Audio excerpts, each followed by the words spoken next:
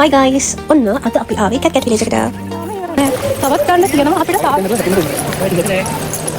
ඔක්කොටම කලින් අපි අපු විදිය පෙන්වන්න බෑ. අපි ආවේ ඔන්න ඔහම බයික් එකේ.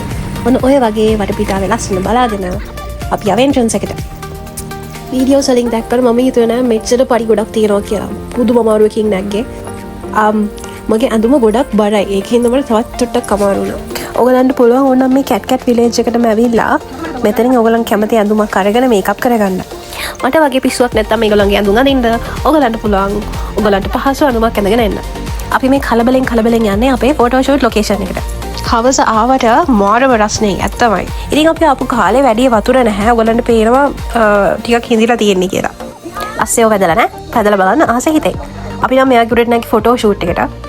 ඒ අස්සෙ ෆොටෝ ෂූට්ස් වලටම ඉන්න අස්සේ. ඉතින් උදේ ඉඳන්ම ඉන්න නිසා පව් ඌට මහන්සියට නිති ගිරා වෙනවා. මට සාධාරණ බයක් තිබ්බා අපි දෙන්නම එකට ඔය ගඟට වැටෙයි කියලා.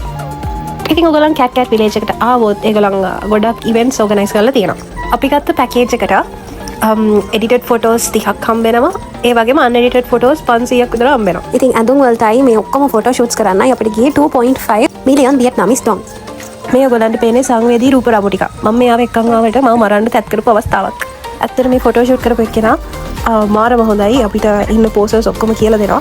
ඔයගොල්ලන්ට මේ පේන්නේ දෙවෙනි අපිට රජු ඔහුගේ කඩු හරම ඉගෙන ගන්න අවස්ථාවක්. ඉතින් ඔන්න අපේ කෝලම් ටික ඔක්කොම ඉවර කරලා ගෙදර යන්නයි යන්නේ. ඉතින් මේ වගේ තව එක්ස්පීරියන්ස් එකකින් හම්බෙමු.